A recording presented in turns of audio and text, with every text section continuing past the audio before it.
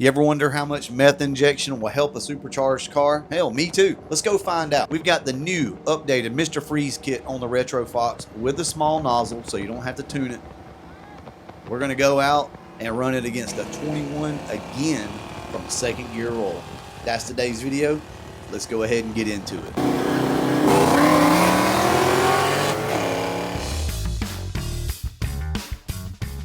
We are headed out right now to go run the 21, which we now have a name for. Come up with Space Ghost.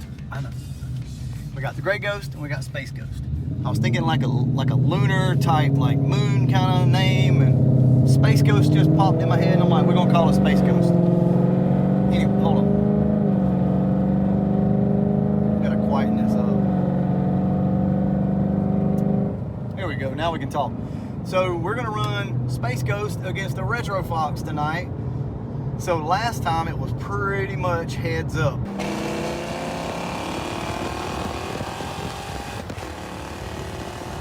But the Retro Fox was at a big disadvantage considering he had to take off in third gear because this car was spinning so bad.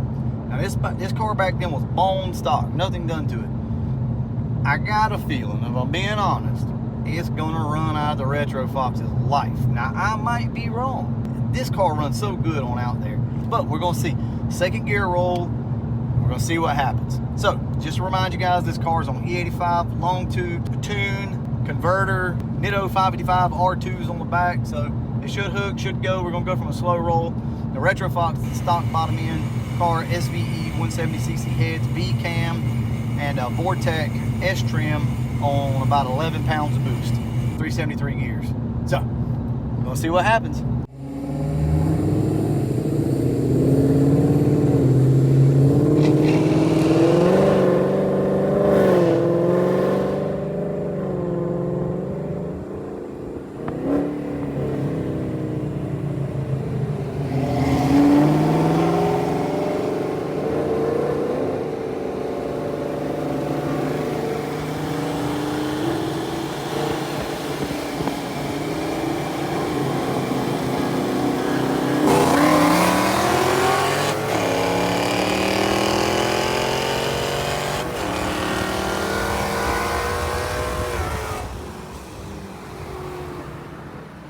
That was very, very good. That was a good race. Very good race.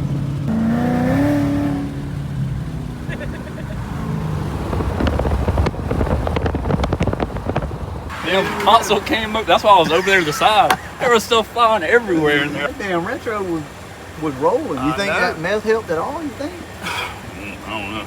Did it feel strong? Yeah, man, it felt pretty good. That was impressive. I know. You started getting me about midway through third, or on top of third. Did it spin? I didn't feel it. That shit was impressive. I didn't expect that now. Damn, now he was right beside me there for a little while. I said, oh shit. And then eventually that 10-speed kind of did its thing. What do you shift that far at? I don't know. If we get a clear spot, you want to bump them again on the way back? We'll just go out here. If not, probably hot. well, it's hard for me to, when I run, I'm just going to have to shift it manually. Because if I go into drive and I downshift and we wait too long, it'll jump up fifth gear or something. Oh, yeah. I have to put it in sport, so I have to manually shift it, which is what it is. I ain't gonna take it easy on you this time. Oh, shit. All right. So this time, we're gonna try it one more time, and we're gonna run it in sport mode, and I'm gonna manually shift it from the word go, like right from the beginning. So as soon as we get around this curve up here, we're gonna try it one more time. Second gear, same thing. I'm extremely impressed. Y'all gotta give some credit to that little 1990 302 that's in that thing. It's still holding in there, baby. It might not after this run, but who knows?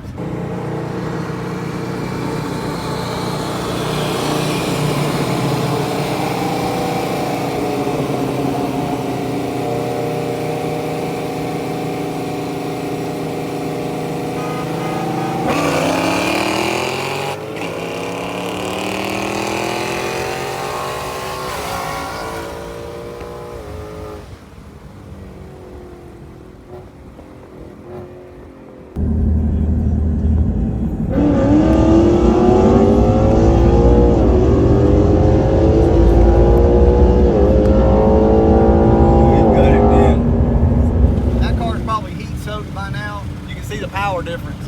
Now, it does have meth on it, but we're running the small nozzle. That small nozzle is not doing much of anything.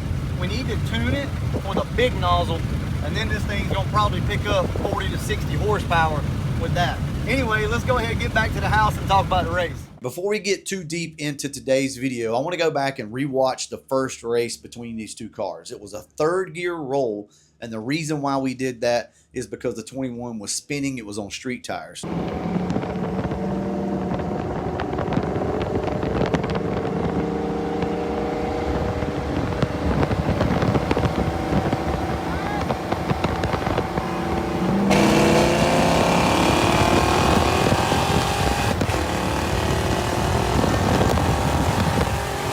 That definitely lended itself to the 21 over the retro. The retro just doesn't pull very strong if you hit it from third gear like that. The point is, it was a very close race the first race and a very close race on the second race.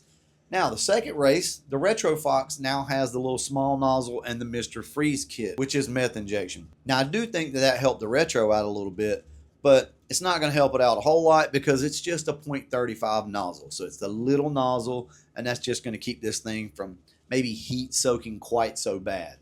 So what we need to do next is put the big nozzle in the retro and tune it. So what we're gonna have to do is lean this car out. Anyway, I'm very proud of both of these cars. You gotta give it up for the Coyote, man. That is a badass little platform. That is an awesome setup to be naturally aspirated with headers, E85, and really just tires. That's it. The converter is really a no count in this race. You also got to give it up for the Retro Fox because, I mean, that's a stock worn out 302 from really 1990. It's never been touched the bottom end. It's got a set of 170cc SVE heads, some of the most budget heads that you can get out there. They're a really good head, but you're not going to pay a lot of money for them. All right, it's got a stock lower intake on it, and it's got some little shorty headers and things like that. Obviously, it's got a Vortec S trim on about 10, 11 pounds. It's not going to run with a Coyote, motor to motor, stock for stock. It ain't happening. Sorry, it's just not. But as far as the price of mods go, they're actually not very far apart at all. So you guys do with that information as you will. That's up to you. I just want to put it out there. Very proud of both cars. What we're going to do is we're going to up the nozzle size on the meth kit. We're going to tune this thing at some point, then we're going to come back and run it again. Well, actually, you know what? I don't know that we're going to be able to do that because we're about to put the Whipple on it. I guess we can still run it, though. Yeah, we'll run it. Either way, it's absolutely going to outrun the Retro Fox with the Whipple. But I guess we can see how much of a difference it makes and how much faster it actually is with boost on the 21. All right, guys, look, I'm going to go ahead and wrap this video up. I hope you enjoyed it. I hope you learned something. And as always, thanks for watching.